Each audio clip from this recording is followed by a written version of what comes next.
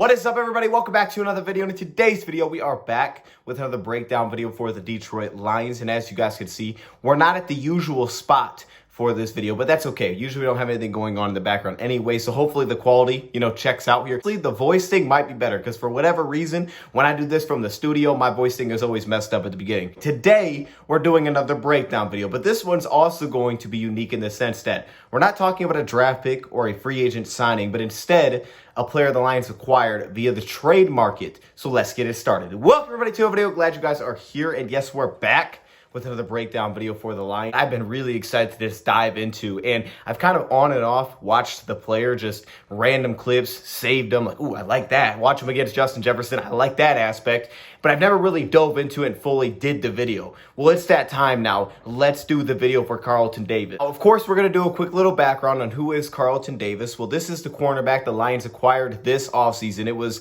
the big splash that the Lions made. Now, I don't think it was a surprise to a ton of us that the Lions actually went out and traded for a player. We had a lot of discussions about the Lions potentially getting into the trade market, especially for the cornerback position, just because of the class that was available. It just seemed like it would make sense to maybe go that route instead, and that's the route the Lions went. However, going with Carlton Davis was not a guy that we had talked about very much at all. However, Carlton Davis did do his thing against the Detroit Lions. Both times he played the Lions in the playoff game and during the regular season. We were in Tampa. We won both of those games, but he handled business both times we played that team. So I could just think back to his introductory presser when he was kind of put on the spot. Well, like, what game should we look at? It's like, yo, just go watch him play the Lions, okay? He played really well against us in both of those games, and he dealt with Amon-Ra St. Brown in a lot of matchups in both of those games. We add Carlton Davis with a final year on his contract, the 27-year-old corner. I didn't even realize he was that young. 27-year-old corner, former second-round pick, third pick in the second round. It was a late third round pick that the Lions gave up to get Carlton Davis. And we can talk about whether or not it's worth giving up that pick to add this type of player. But I think the best way to do that is just specifically talk about the player and what I think he's going to bring to the table. Now, it is an interesting setup because he is on the final year of his contract. It's a little bit higher in cap it. As we know, the Lions restructured that deal. They have dead cap going in the next season. So we'll have to see if the Lions maybe want to adjust that, try to bring him back. So is it worth giving up a third round pick? Well, I think some of that would depend on if he gets brought back. I mean, that can say a lot of things. If he's not brought back, that doesn't necessarily mean he wasn't worth it. If he balls out this season, but all these new cornerbacks that the Lions added, hey, they're the guys, they're next up, and he wants to go get big money elsewhere, I would say that ends up being worth it, especially if we hit our ultimate goal, which is winning the Super Bowl. Who really cares about giving up a late third-round pick? The LA Rams will say something about that. But that being said, we still were able to address the cornerback position with back-to-back picks in the draft. So it's not like the Lions giving up that pick kept them from adding a corner. First thing that I want to start off here with Carlton Davis, of course, doing a quick little background. Who is Carlton Davis? Looking at his size, 6'1" corner, over 200 pounds. I want to start off with some of the statistics here, because statistically, he's coming off of one of his worst seasons, according to Pro Football Focus. We'll go through the numbers here in a second. And he also, as we know, has a pretty deep injury history. You could just anticipate that he's going to miss some time. He's dealt with a lot of different types of injuries, missing 16 of the last 51 games. So that'll be a huge aspect too, is like, hey, is he on the field? Which honestly kind of works out weirdly pretty well for the Lions, because a lot of times they sign players that have super high upside, yet they have injury backgrounds, and they'll sign them on a one-year deal. This is, I guess, similar in that way. Statistics don't always show like, hey, he's a top-tier corner. Sometimes the stats don't tell the whole story. Who's getting the number one matchup? Is he aligning in the spot that the quarterback's going to throw the ball the most? Like he talked about in his introductory press conference, like, hey, some quarterbacks like to go to the right side of the field. That's where I'm going to line up. Opposing teams' number one receiver, not just in the past, but also just this past season against the Buffalo Bills. You see him kind of following around Stephon Diggs. You see it against Minnesota, first week of the season at times, sticking with Justin Jefferson. Now, he did play usually one half of the field as a left cornerback. He did move around from what we've seen. He's played different matchups, and especially when you go into some of those man situations defensively, at times we would see him kick down in the slot. We've seen it against Amon-Ra St. Brown. He would take St. Brown one-on-one. So we've seen this guy move around and play that number one cornerback role. We've even heard other coaches talk about how Carlton Davis is usually the guy that teams tend to not want to necessarily pick on. That's usually where they stay away with the football. That being said, though, I think what stands out about the numbers is if you look at it as a whole from 2023, they're not necessarily great. Like I said, one of his worst statistical seasons. seasons. The completion percentage allowed was 64.6%. That's a pretty big jump from the year before. 5 touchdowns, 2 interceptions, a 107.4 pass rating, 776 yards. It's not completely awful, but it's not great. However, what stood out to me is when you started to look at the man coverage statistics according to Pro Football Focus over the last couple of seasons. We know that's what the Lions want to get back to, in the sense of, as Dan Campbell laid it out, like that's kind of the run game offensively for them, is the ability to just play man coverage. I also think, and I know we talked about this so many times, I always use the Packers as an example. I think it's a great example. First half versus second half, Jordan Love, when we played them at home, they beat us on Thanksgiving. It was nearly 50% completion percentage against man coverage, and he was nearly perfect against zone coverage in that game. Having that ability to kind of sit into man coverage, which clearly the Lions and Aaron Glenn want to do, something they want to get back to. And I think when you just look at the man coverage splits, again, according to PFF, and I say that because there is a number missing here. They say he allowed 5 touchdowns this past season, 4 of those in zone coverage, 0 in man coverage. I'm like, okay, I don't know what the coverage was. Maybe they said goal line coverage is something different. I don't know exactly what they missed there. You just look at their man coverage splits over the past 3 seasons. In 2023, he allowed a 53% completion percentage, 66.7 passer rating, 5 pass breakups, and 0 touchdowns in man coverage this past season. Compared to zone, 70% completion percentage, 122 pass rating, 4 touchdowns is what PFF had him with. Then you go back a season, 2022, in man coverage. He allowed 8 receptions on 29 targets.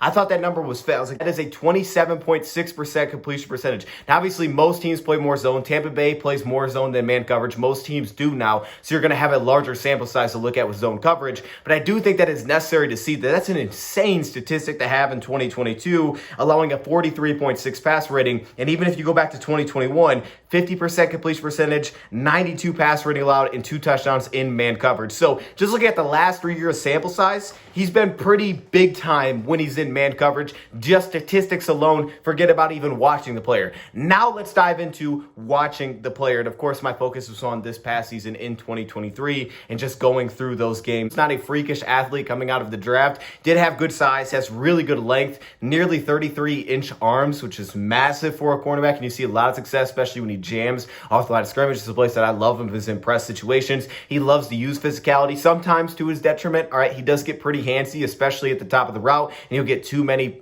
flags called defensively. Some of them more egregious than others, but we know in the NFL, like, you get handsy, they can just call it. Defensive holding now is going up. You look at some of the numbers that he posted, 16 bench press reps, which was pretty solid coming out of the draft. The broad jump was pretty good, 34-inch vertical in a 4.5 340. Not amazing there. That's actually a little bit slower than both Enos Rakestraw and Terrion Arnold. Ran a 4.51 and a 4.50 with a 1.56 10-yard split. Not the fastest cornerback or most explosive cornerback, but athleticism just isn't testing scores. It's also something that you could see. It's the flexibility that the player carries as well. And of course, the most important thing is play speed versus 40 times speed. We know that is the world of difference there. We talked about that with Terrion Arnold because for whatever reason, people were worried about that. Go check out the Terrion Arnold video. But let's get into this thing. I got to dive into this because we've been sitting here for a while. But I will say this. Last statistic is in the playoffs this season. Of course, it was only two games. He allowed 6 receptions on 11 targets for a 67.2 pass rating. So I thought I'd at least point that out because his stats are just based on the regular season. All right, let's dive into this. Let's start with the reactive athleticism. Now, this ties in kind of to what I just said about some of the testing scores. This scenario where I gave him an average grade. This is something I'm going to talk about throughout the entire video, but where I think Carlton Davis really thrives is within the footwork. It's within the balance that he plays with, the consistent base width that he plays with, the limited amount of lunging that you get, especially in press positions, and his ability to quickly mirror footwork, its ability to recover his footwork quickly and not get into tough positions where he can't recover. I think he allows him to play a lot faster when you see certain things like that. You see the ability to turn tight corners, especially in the back of the end zone. You'll see that a lot, like in goal line situations, when he's kind of just tracing a receiver from a trail position. That's one aspect. That's one of the most impressive when you talk about reactive athleticism, for him to get in a trail position and kind of just trace with the receiver from beneath the route. That's where you see some of that flexibility, but also the control. He also has a really good ability to get into his strides pretty quickly. That's going to fit a little bit more into play speed, but as much as that 10-yard split doesn't blow you away, he very quickly opens up his strides. So he actually does show some ability to kind of get out and get going pretty quickly. So really controlled footwork at the top of the route. We're going to talk about that control a lot in this video. They kind of limit his steps at the top of the route. You'll see it on curls. You'll see it on comebacks. You'll see it in off coverage. You'll see it when he's in in phase. Now, double sinks of routes can be a little bit of an issue. So we've seen our guys run this at times where maybe it's like a double curl out where they kind of sink and then get out of it and then sink again. That can give him some issues. He tends to kind of rise and his pad level pops up a little bit throughout the rep. We'll talk about that a little bit more. That can lead to some issues reactively. His closing burst specifically, especially when we're talking about downhill, the plant and drive. Short area twitch is also lacking a little bit below average here as well. You'll especially see this on like level 1 routes. One thing that is pretty well known with Carlton Davis is more success against bigger receivers, less success against the smaller slot, twitchier type of receivers. And I think that kind of makes sense to his style. One thing that you'll notice about Carlton Davis is he's very anticipation heavy, but again, he also plays really well into his footwork and that mirroring ability and that control. So when things kind of get out of control a little bit, that's where you see some issues. Pad levels type of rise, his weight starts to kind of shift. All of a sudden, he creates space once you get a little bit deeper downfield against some of the smaller receivers. Or if he guesses maybe wrong, he tries to get a little bit proactive at the top of the route, gets in a position where it's not great, especially against some of the smaller receivers that kind of get in and out really well, like Khalif Raymond. That can create some separation issues as well at the top of routes. Some of the bigger receivers don't give that. And usually when they start to give into that tail, that's the direction that they're going. And that's where Carlton Davis seems to kind of thrive. He's also a little bit delayed to kind of switch off routes. This will come back a little bit more to some of the FBI maybe. But with that being said, I think he carries situational awareness. But there is a real delay switching off routes. Some of that is opening the hips and recovering in those spots. But there are plenty of examples where you'll see teams kind of just run him out of the play. Also, some of that to me is what the coverage technique is. Off man versus cover 3. By playing half turn. For example, like if he's playing cover 3, like, hey, are his eyes more towards the quarterback now and he has his vision there and that's where it's set. This is off man, or maybe he's watching the receiver, watching the route development. And when he's not watching the route development, that's where you get him pulled out of plays, like on cover 3. And then they'll run things underneath, like they'll run a deep post and a deep crosser underneath it. And all of a sudden he gets pulled out by the deep post. He doesn't give it off to the safety fast enough and there's a gaping hole. You will see things like that pop up. What he does really well, back to the control aspect, half turn pacing, you'll see that. And that's not something that's going to be incredible to you with some of the just the natural reactive athleticism that he brings. However, the play speed to me was a plus. I won't hit on a ton of notes here, but I think that he has plus play speed, plays faster than maybe some of that 40 time.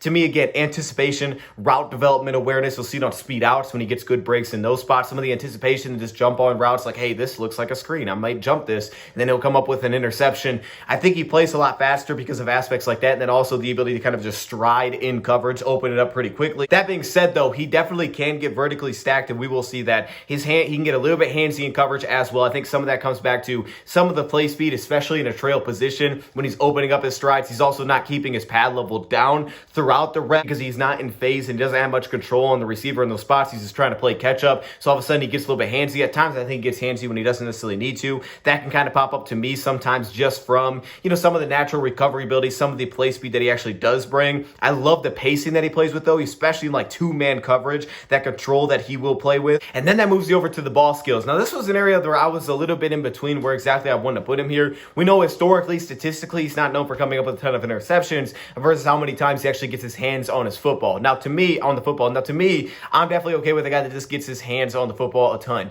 And I think what's huge about this is the ability to get your hands on the football, but also do that in man coverage. It's a different skill set to get your hands on the football in man coverage versus zone coverage, where sometimes you're just lurking in zone spots. Getting your hands in man coverage on the football while you're also trying to stay in phase with the route, especially from a press position, completely different game. A lot of times you say, well, if I go to zone, I keep my eyes on the quarterback, I can take the football away. And to me, where his ball skill shines is the amount of times that he can get his hands on the ball while also sticking in man coverage, sticking in phase with the route. And a lot of that comes back to the length that he brings to the table, but also that ability to high point some of the timing and that controlled aggression that he plays with, especially when you see it downhill, like on screens, for example, not running himself out of the play. He high points well at the catch point, kind of just rips the ball. One thing I don't love here is I do feel like occasionally he can give up his blind spot a little bit too much, especially when he starts to declare his hips back inside, they break outside, or he gives up his blind spot and he doesn't carry some of that recovery, whether that be twitch, also recovery in the hips to kind of completely 180, open himself back up and get out to the blind spot. Sometimes I think he just leaves a little bit too much room in those spots. Has shown glimpses of nice underhand technique and some of the focus to finish in those spots and come up with interceptions. And also I like how he uses his length correctly, which arm to utilize at the catch point, like inside arm, that way I can get more length, get my body into it a little bit. I do see that aspect. And what sets a lot of that up is just the route anticipation, the route development awareness, kind of getting a sense for where the route is going. I think you also see this off the press a lot as well too, is his ability to just kind of get ahead of the release, where he kind of gets a sense based on kind of that first step by the receiver, the single step, whatever that may be, where the release is going, and he gets on top of the play. He plays very anticipation heavy. You get that same thing down the field as well. Again, I talked about kind of the speed outbreaks. He's really well built for bigger receivers, but also tight ends as well. Anytime he gets a tight end matchup, you just feel good about how that matchup is going to go. That's an effective piece to have. The Lions don't have the biggest cornerbacks right now, so to add a guy that definitely brings that size, it's a little bit unique, okay? It's not easy to find guys that can play press coverage, but also be big in size as well and bring a lot of size to the table. Usually those two things can be a little bit tricky to find together. So it's a unique, dynamic type of player that you're getting in that sense that you added here, because the Lions don't carry a ton of size at that cornerback position right now. They haven't carried a ton of size there, and you get some of that here with Carlton Davis, but also proven success, which we'll talk about in some of the press category. He undercuts crossers. That's back to some of the anticipation, the long speed, understanding the route development, like this is a crosser, let me try to run underneath this route. Even if it's not always successful, he plays through the wide receiver well, especially in fades. He plays through the receiver well.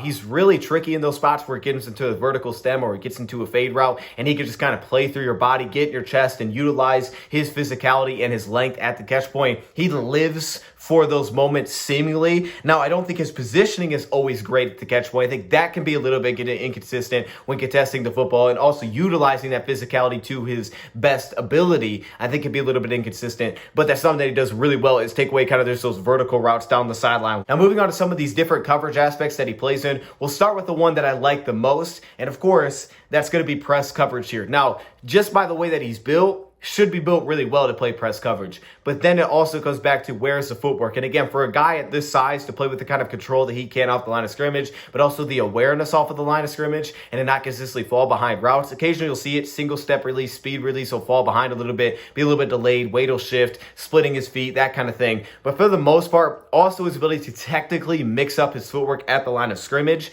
And not as much to me, I didn't see this much from a jam perspective. I thought that was just pretty consistent in general, but it was more so about his ability to mirror it to the receiver. Mirroring footwork of a receiver, super impressive for a guy at this size. So whether that, depending on what release the receiver went into, his ability to mirror a footwork pattern for that defensively to stay in front of the route, I thought that was huge, just to have some versatility there. The ankle flexion is huge. Here you'll see a lot of flexibility within the lower body. Again, he doesn't always sit down in the chair throughout the rep. That can be a little bit hit and miss depending on whether or not he's able to stick and phase through the press. He can set a lot of things up for him. However, he shows a lot of flexibility when in these spots to minimize footwork. He rarely oversteps, rarely lunges. The only time I feel like he can kind of lunge a little bit is when he's trying to go for a jam and get contact. When he does not get contact in those spots, the receiver gets a little bit far away from him. That can throw him off a little bit. But in terms of the footwork, you don't see him lunge very often, and usually very accurate within that first step, that false step. It's not always the same look as a cornerback where it's the same false step, now I'm into my set.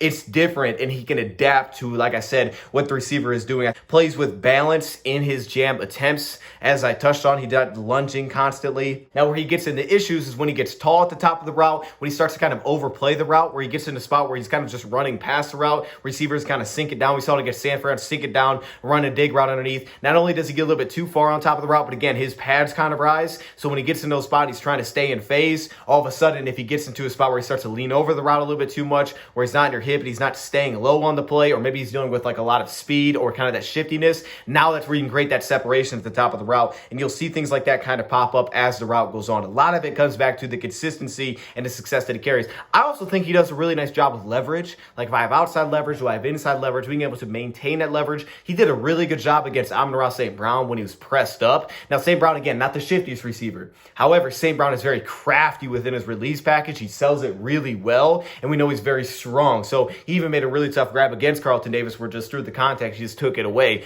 That being said, though, St. Brown's not necessarily the most shifty receiver, and even against a guy that was super nuanced in St. Brown, he was able to handle his business pretty well against St. Brown when impressed because of his ability to maintain what leverage do I have, but also then play with a lot of balance and a lot of control, utilize my length, and then that flexion to really transition, get out of the press, turn and run in some of those spots, but also not just kind of opening the gate. He doesn't just open the gate. He doesn't just declare his hips at the line of scrimmage immediately when in press situations. So he really can open himself up to handle a three-way go. And that opens up the flexibility to align in the slot depending on the matchup that you have there. As I touched on, he can fall behind versus single step releases. You'll see that skip releases, for example, but his ability to trace and trail is huge, especially when he loses release like we saw against San Francisco. He has a nice ability to quickly get into stride, so you'll see this against drag routes. His ability to usually stay in a pretty good spot, even if he is late off the line of scrimmage, to again kind of quickly get into that stride, open himself up, turn and run, drag routes, crossers, those kind of things where they immediately kind of just break underneath. What I like here though is the versatility. We saw it against Indy, for example, handling the stutter release off the line of scrimmage. As I touched on though, where you get things that get a little spotty is where you get extra footwork. His weight typically tends to shift off the line of scrimmage. Maybe he's splitting his feet, maybe he anticipates to release wrong, and it's against a shifter receiver that kind of throws him off balance a little bit. That's where you get some spotty balance, and it kind of gets into extra footwork. It slows him down, limits his reactive quickness in some of those spots, and then also giving up space, level one, giving up space underneath, specifically when he starts to kind of look for contact in his jam and really try to press off the line of scrimmage, but he's unable to get connection cleanly. There are spots where he ends up giving up kind of separation because he's not getting his footwork along with it. But you do see real press transitions as well. So for me, it's a very versatile press corner, and because of that, I really like him in this category. I think he's pushing a great grade here. I think this is the most consistent area that I saw him. But to be honest, I really liked him across the board in coverage. I think he's had a lot of versatility. Cover 4, cover 2, I mean, you've played all these different zone coverage looks. We've seen him in off-man coverage. We've seen him in press coverage. We've seen him situationally. So I think the fact that he's played in a lot of different looks is very helpful coming to the Lions. Also being a part of a defense that's not afraid to blitz, move a lot of things around in the back end. You have a lot of creativity from what we saw against Tampa. I can remember we were preparing for Tampa. It was like, yo, there's a lot of movement. Don't really always know where the blitz is coming from. There's a lot of movement in the back end. Now, we took advantage of that sometimes, but having that can be very helpful, I think, from the cornerback position, just adding any piece like that to the secondary. When you talk about off-man coverage, there's things I like, things that I clearly don't like here. Things that I like. First off, he mirrors the footwork at the top of the route. I do like that. His ability to mirror footwork. Again, he's really anticipation heavy. You'll see it in his hips where he starts to kind of open or kind of weave his hips on top of the route, constantly sticking on top of the routes, off-man coverage, specifically off-man coverage, where he could like stick on top of a tight end. Now, he doesn't have a great weave within his pedal, so you're not going to have a ton of success there and kind of just weaving back and forth in and out. Again, this is where safety receivers become an issue because he's waiting for the action to come to him, and if he gets a little bit thrown off, he can be a little bit delayed in his responsiveness, or if a receiver does a really good job with discipline where they get to the top of the route and they're not leaning one direction and they don't lean into their route break and they just stay vertical and then they break in or out, and he doesn't get a great sense on where that's going to go, then you get delayed reactiveness, and all of a sudden they're catching out tight ends are catching out routes for a touchdown on him, or you get him a step slow and he's not in the spot to actually make a play on the football. That's where things like that will pop up in off-man coverage. That being said, though, he does a really nice job reading the body language, anticipating, starting to kind of roll his hips, and when he rolls his hips, plays very leverage, can kind of sit himself down, break on top of the route, but specifically that ability to mirror his footwork at the top of the route, limit his footwork really well, curls, comebacks, sitting on top of routes, the ability to kind of mirror up, and you'll see him kind of match his footwork with the receiver and then dive, explosive hips throughout the transitions, which we'll talk about, opens up a lot of capabilities there, opens up a lot of success breaking on the football. Drop his weight in anticipation as a touchdown, which is necessary because, again, he can kind of play a little bit high, especially in space. You'll kind of at times just see him start to kind of stand up. Also, you'll see it on top of route breaks where, like we saw it against Stephon Diggs, where the route break happens and then he kind of pops himself up, and then as the play gets extended, it's like, oh, snap, now he's going to lose the route, doesn't have some of that recovery athleticism, now you give up a reception. You'll see things like that where the route will kind of pop up. So dropping his weight in anticipation can't help him in these spots. One thing that I had noted early was that he would get pushed into half turn a little bit early, and I think that can happen occasionally, but for the most part, I thought he was actually pretty accurate when he was getting into half turn, right? Going from a pedal to half turn, because again, he's not extremely great at just weaving the route. So some of the shifter receivers are going in and out. He's not going to be able to just mirror match back and forth. He's going to kind of want to lean into it, open in a half turn, and then break out of that. I thought he was actually pretty successful getting into half turn. It was just getting in a half turn and then breaking, and then all of a sudden, if it became a double move, now you give up a touchdown like he did against the Houston Texans. But I actually thought he did pretty well when he was put in a half turn situation. Also very reactive wide receiver eyes, and where I think off-man coverage can help him is that he can be a little bit more route development aware. We'll see true vision when he's in coverage between quarterback and reading this man, but I think in off-man coverage, he can lean a little bit more into kind of anticipating the route development, and that's where you'll find success. And he also picks up on tendencies where if he sees something the same time twice, all of a sudden you get better success seeing the same route twice from the same kind of coverage look. Back to the control aspect, he tends to pace himself really well in his ability to stick in phase, especially from some of those half-turn looks, and he's able to read the route sync. So reading breaks, reading curls, against bigger receivers, especially because, again, they're usually trying to drop their weight to sit, or maybe they'll rise. We saw it against Indy, kind of just ate it up. Receivers sitting at the top of the route. He could just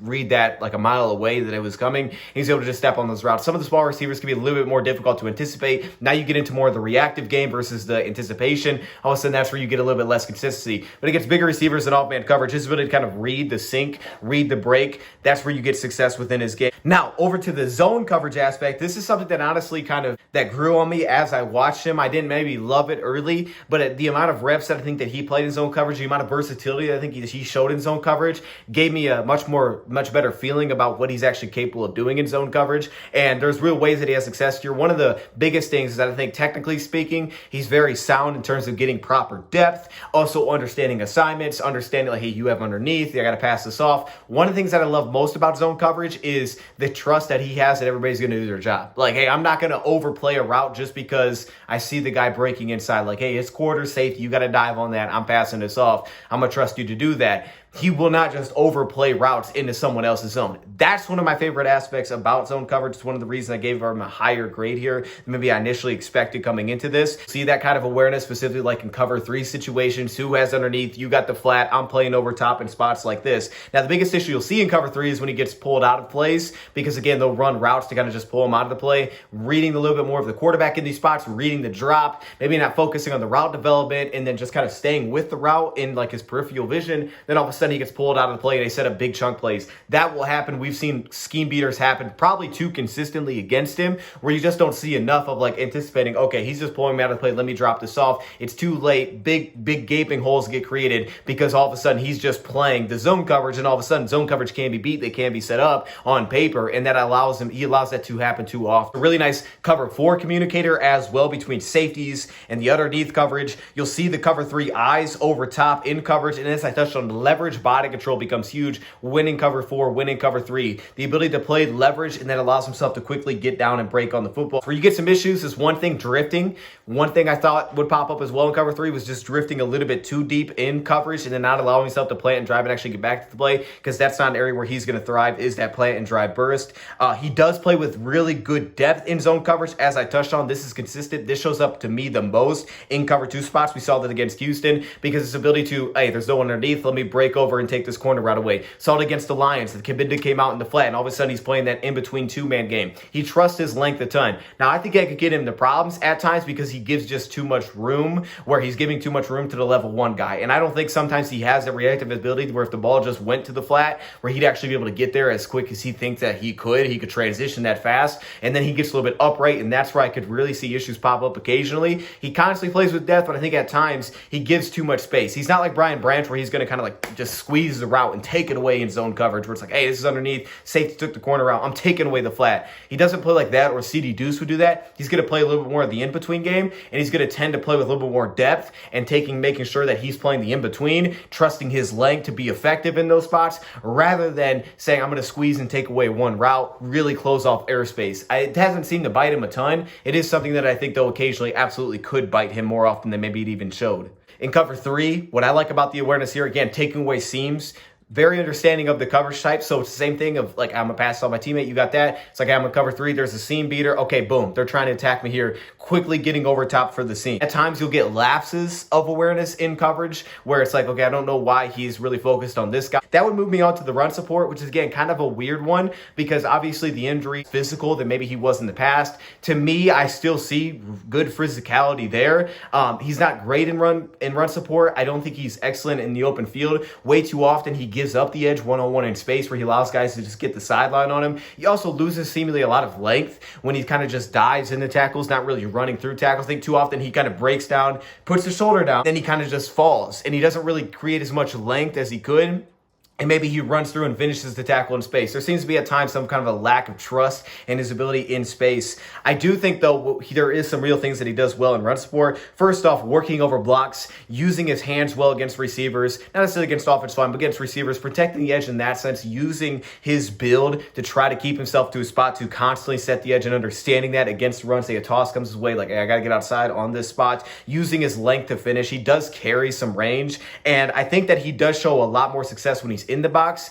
finishing on tackles or finishing downhill. Say that he's coming from a top down position and the receiver is just getting his hands on the football. Not a lot of threat where he's like squaring him up. Instead, the receiver maybe doesn't even have his eyes to him. You'll see him run through tackles, lay some pretty nice hits in those spots. And then there's also awareness of the sticks. Like he's trying to get here. I got to throw this guy back. You'll see that. He's obviously built to do that. And there's some really nice hits that you'll see occasionally when you watch him when he's coming downhill. Pretty proactive hips where his hips open pretty well, where he can get out to the edge and not be outflanked consistently like on end around. The issue is, to me, I don't think he always carries force through his tackles. To me, that's because he kind of just launches himself rather than actually running through tackles, where he just kind of loses force. The closing speed is not great either. Doesn't carry great closing speed. I don't love him in the open field. That's my biggest issue. Not that he won't break himself down or he's just going to kind of throw himself and close his eyes. It's just that you don't get as much consistency as actually making the play as you would like. And I think, again, too often he allows guys to hit the sideline when he's there. Okay, it's usually not a terrible, it's not an awful effort. I just don't think he's great in open field. I think he's much better when you see him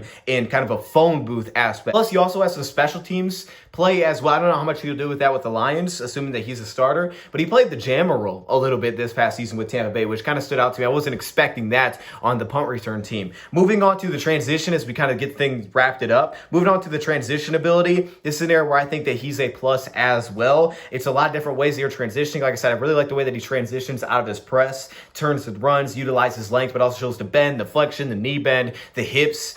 I think that he shows that really well. You also see it sometimes in off coverage. His hips get loose pretty easy. It's just when he has to kind of 180, that's when it becomes an issue. If he can go square to open up, that's pretty good. It's when he's like, hey, my hips are already declared this way. Now I got to flip back that way. That's where I think you're going to find problems. You're going to find some stumbling a little bit as well. He's also really controlling his downhill angle, but he is a little bit delayed to plant and drive. We thought that against Houston. He is a little bit delayed in certain spots to plant and drive. Sometimes his footwork isn't always balanced. His weight will shift a little bit in certain spots. Limit his top of the route footwork, which is very helpful. He's really able to limit that with the receiver. He can also do that underneath too, or even in recovery spots where he misses off the line, but he has to recover. The quickness that he's able to kind of recover his feet, and you'll constantly see it. His feet usually don't get spread too wide. He may spread out the line and take a step, but usually gets that second step underneath where he's able to get back to a balanced position. You don't see him in spots where like one foot's out wide, he's kind of reaching, and now it's like, oh, I'm stumbling trying to get back. It's more of a weight shifting kind of issue than it is to me not having his feet underneath him. Also does a really good job of getting flat,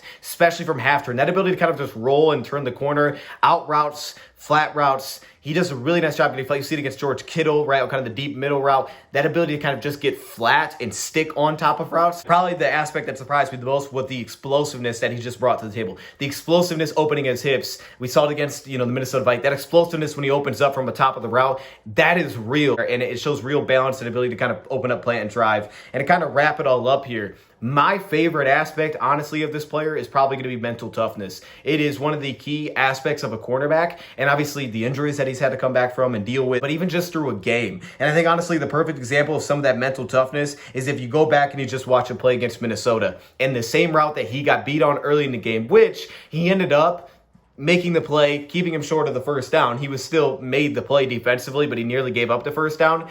They come back at the end of the game, deep out route, breaks on the football, knocks it away. It was a little bit up and down throughout the game, but he knocks the football away, makes a huge play, gets Tampa Bay off the field. They end up winning that game by 3. It was like the game-changing play. I thought that was the best play he had this past season. Saw a lot of good things. Thought that was the best one. That was a kind of a small example of the mental toughness he has. There are games where things get really, really rough. There's stretches that are rough. There's certain reps where he's like, whoa, that was tough. Especially when he's asked to kind of go play their best receiver, like against Jefferson. He's following him around a little bit. Then they may pull back, be like, let's not do that anymore. Let's just stick you to a side. Or if you go in the slot, don't necessarily deal with him if he's in the slot. We'll just change our coverage a little bit. But I do think that the mental toughness is real within his game, where throughout the game he's going to keep battling. Things don't tend to kind of stick with him. You can have really rough stretches, and then he comes back, and he just kind of seems to learn from it. I think mental toughness is the biggest strength within this player. I think that's going to help him. Now, where you get to some of the football intelligence here, again, getting pulled out of routes, he's too late to switch too often, kind of understanding that route development. There is situational awareness where the sticks, is it a goal line situation?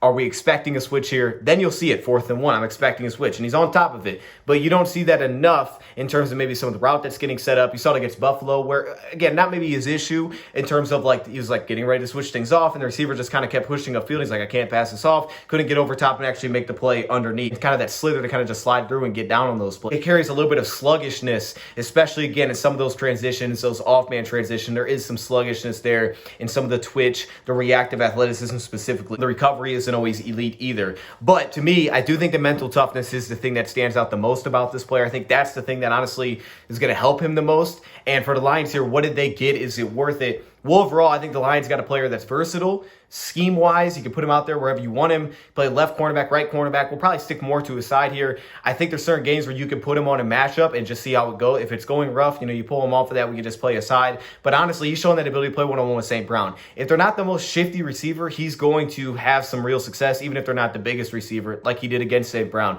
Now, Jefferson, he gives problems to everybody, but he also had his good reps in there against Justin Jefferson as well. He just doesn't carry a lot of slither through traffic, so when guys set up pick routes or he's having to kind of weave through traffic with the guy, that's where you get problems. And then we also did see big separation at time because his weight will kind of shift, even as well as he traces. If the route continues to have multiple complex breaks and it gets longer and longer, that's where you'll see some inconsistency sticking with it. If you get kind of like simpler out routes, he's running a deep dig route, he's running a post route, you get a lot more success in those spots. And then it comes back to, okay, where is his vision? Is his vision looking at the receiver or the quarterback? If he's looking more at the quarterback, do you get more lapses? You probably will. More lapses in terms of actually breaking the football. You get too much space created. He doesn't have the best explosiveness playing drive from off-man coverage. Now you're giving up easy receptions like against Buffalo. Their tight end, Kincaid, just kind of walks over the middle here. It's like we probably shouldn't give that up. Or when he's breaking on the ball, he falls himself behind. But what I think he brings, tons of man coverage ability, tons of flexibility. You just need him out there and healthy as much as possible. I'm assuming he's going to miss some games. That's okay.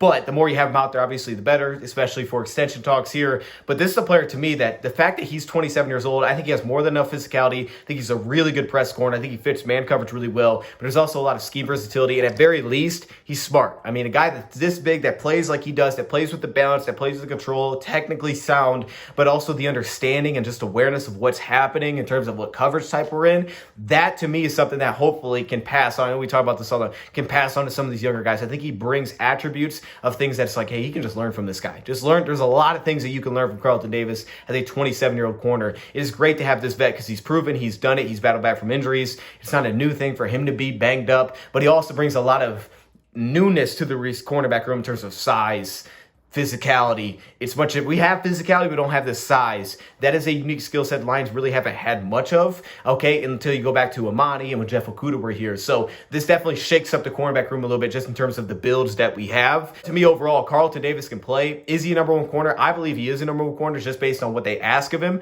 I just think, statistics can vary. The man coverage ones speak the most, especially success on the football there. That's going to be the huge thing. But when you carry the right mental toughness, you carry flexibility in terms of coverage, and you have something that you can kind of lean on, which is, to me, press a guy, get physical, use my hands, but also with really good control and just kind of anticipation. When you have that to lean on, you can be considered number one corner. He's not maybe the best cornerback in the league, but the guy has glimpses of playing amazing football, and specifically that ability to just track guys in the back of the end zone. I love it. So overall, Carlton Davis is a Detroit Lion. I'm very glad that he's a Lion. This is going to be a huge addition, not only for what we have now, but also hopefully for the young guys. So with that, I'm going to leave it right there. Let me know your thoughts in the comments below. Hopefully the audio and quality came out pretty good for this one. We'll see, all right? We'll see. I'm not home right now, so the ending may be a little bit different, maybe a little bit less of voiceovers, things like that, but I'm going to leave it there. Thank you for watching, and I'm out.